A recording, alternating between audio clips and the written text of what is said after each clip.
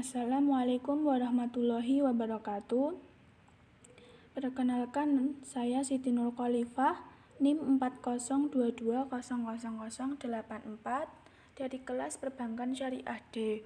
Di sini saya akan menjelaskan sedikit materi mengenai prinsip dasar operasional bank syariah. Sebelumnya, bank syariah ialah bank yang umumnya beroperasi tanpa mengandalkan operasionalisasinya terhadap bunga. Bank syariah atau bank Islam biasa disebut sebagai bank tanpa bunga, yakni sebuah lembaga keuangan atau perbankan yang secara operasional maupun produknya dikembangkan sesuai dengan Al-Quran maupun hadis. Nah, bank syariah sendiri memiliki dua fungsi dasar. Yang pertama yaitu fungsi penghimpunan dana, dan kedua fungsi penyaluran dana.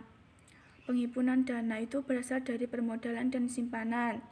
Nah, modal tersebut itu biasanya disetor dalam bentuk saham, sedangkan simpanan sendiri itu diperoleh dari masyarakat dengan menggunakan beberapa produk, yaitu seperti akad giro wadiah, akad tabungan wadiah atau mudharabah, dan akad deposito mudharabah. Giro wadiah adalah giro yang dijalankan berdasarkan akad wadiah, yakni titipan murni yang setiap saat dapat diambil jika pemilik menghendaki.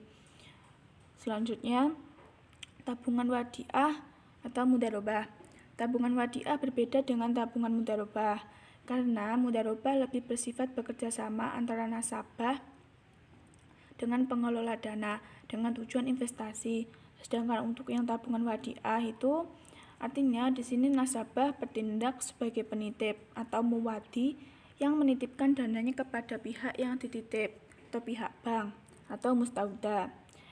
Yang terakhir ada deposito mudharabah, yaitu produk simpanan dari lembaga keuangan syariah dalam jangka waktu tertentu dengan menggunakan prinsip bagi hasil atau mudharabah mutlaqah.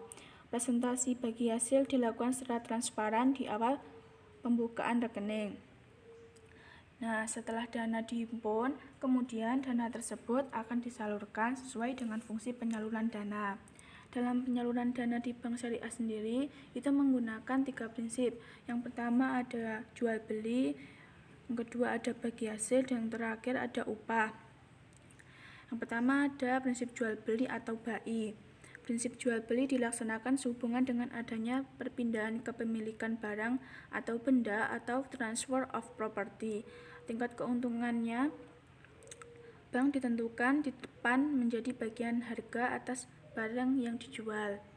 Nah, dalam kegiatan atau prinsip jual beli ini ada beberapa akad. Yang pertama ada akad murabahah, yang kedua ada akad istisna, dan ketiga ada akad salam.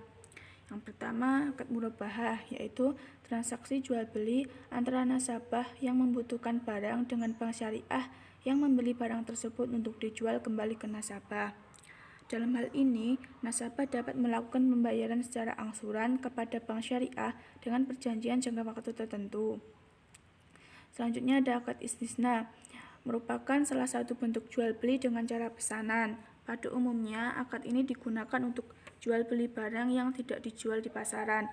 Misalnya itu seperti pembangunan gedung, jembatan, dan sebagainya.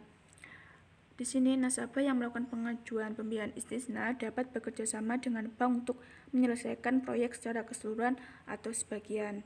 Dan terakhir ada akad salam. Akad salam adalah salah satu bentuk jual beli di mana seseorang melakukan pembelian barang dengan cara pesanan. Pola transaksi ini banyak dipraktikkan pada sistem jual beli online. Nah, dari kegiatan jual beli ini pasti juga akan menghasilkan keuntungan. Nah, keuntungannya itu kemudian akan menjadi dana yang akan kembali lagi ke bank dan juga akan menjadi keuntungan bagi pihak bank sendiri. Yang kedua ada prinsip bagi hasil. Prinsip bagi hasil di sini menggunakan akad mudharabah dan musyarakah. Akad mudharabah adalah akad kerjasama antara bank selaku pemilik dana atau sohibul mal dengan nasabah selaku mudharib yang mempunyai keahlian atau keterampilan untuk mengelola suatu usaha yang produktif dan halal. Hasil keuntungan dari penggunaan dana tersebut dibagi bersama berdasarkan nisbah yang disepakati. Yang kedua kan ada akad musyarakah. Nah, akad musyarakah adalah bentuk pembiayaan dengan skema bagi hasil atau syirkah, di mana bank menempatkan dana sebagai modal untuk usaha nasabah dan selanjutnya bank dan nasabah akan melakukan bagi hasil atas usaha sesuai nisbah yang disepakati pada jangka waktu tertentu. Dari kegiatan tersebut, bank memperoleh bagi hasil dari dana-dana yang sudah dipinjam oleh nasabah. Yang selanjutnya ada prinsip upah. Upah di sini menggunakan 3 akad. Di sini upah menggunakan 4 akad. Yang pertama ada akad ijarah, akad wakalah, akad kafalah, dan akad hawalah. Akad ijarah yaitu kontrak sewa properti seperti tanah, rumah, kendaraan bermotor, dan lainnya yang disewakan kepada penyewa yang dibayar dalam serangkaian pembayaran sewa dan pembelian yang berujung pada perpindahan kepemilikan properti kepada pihak penyewa. Yang kedua ada wakalah. Wakalah adalah akad pemberi wewenang atau kuasa dari lembaga atau seseorang atau sebagai pemberi mandat kepada pihak lain atau sebagai wakil. Dalam hal ini yaitu bank untuk mewakili dirinya melaksanakan urusan dengan batas kewenangan dan dalam waktu tertentu. Segala hak dan kewajiban yang diemban wakil harus mengatasnamakan yang memberi kuasa. Bank dan nasabah yang dicantumkan dalam akad pemberian kuasa harus cakap hukum. Yang ketiga ada kafalah. Kafalah merupakan jaminan yang diberikan oleh penanggung kepada pihak ketiga untuk memenuhi kewajiban pihak kedua atau yang ditanggung. Secara teknis perbankan, kafalah merupakan jasa penjaminan nasabah di mana bank bertindak sebagai penjamin atau kafil, sedangkan nasabah sebagai pihak yang dijamin atau makfulah. Dan yang terakhir ada hawalah.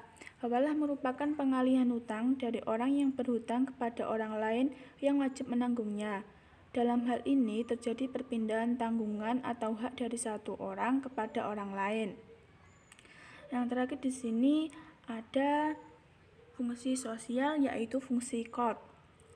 Fungsi qard atau akad qard adalah pinjam-meminjam dana tanpa imbalan dengan kewajiban peminjam mengembalikan pokok pinjaman secara sekaligus atau cicilan dalam jangka waktu tertentu. Nah, dari semua kegiatan-kegiatan tersebut, itu ada dana-dana yang akan kembali lagi ke bank. Dari bank akan diolah dan akan dibagi hasilkan ke nasabah yang telah melakukan permodalan. Ada bagi hasil untuk pemilik bank dan bagi hasil dan bonus untuk nasabah. Bagi hasil untuk akad mudharabah dan bonus untuk akad wadiah. Selanjutnya, ini berhubungan dengan zakat. Zakat sendiri itu diperoleh dari bagi hasil yang sudah diberikan. Sekian penjelasan dari saya. Apabila ada kurang lebihnya, saya mohon maaf. Wassalamualaikum warahmatullahi wabarakatuh.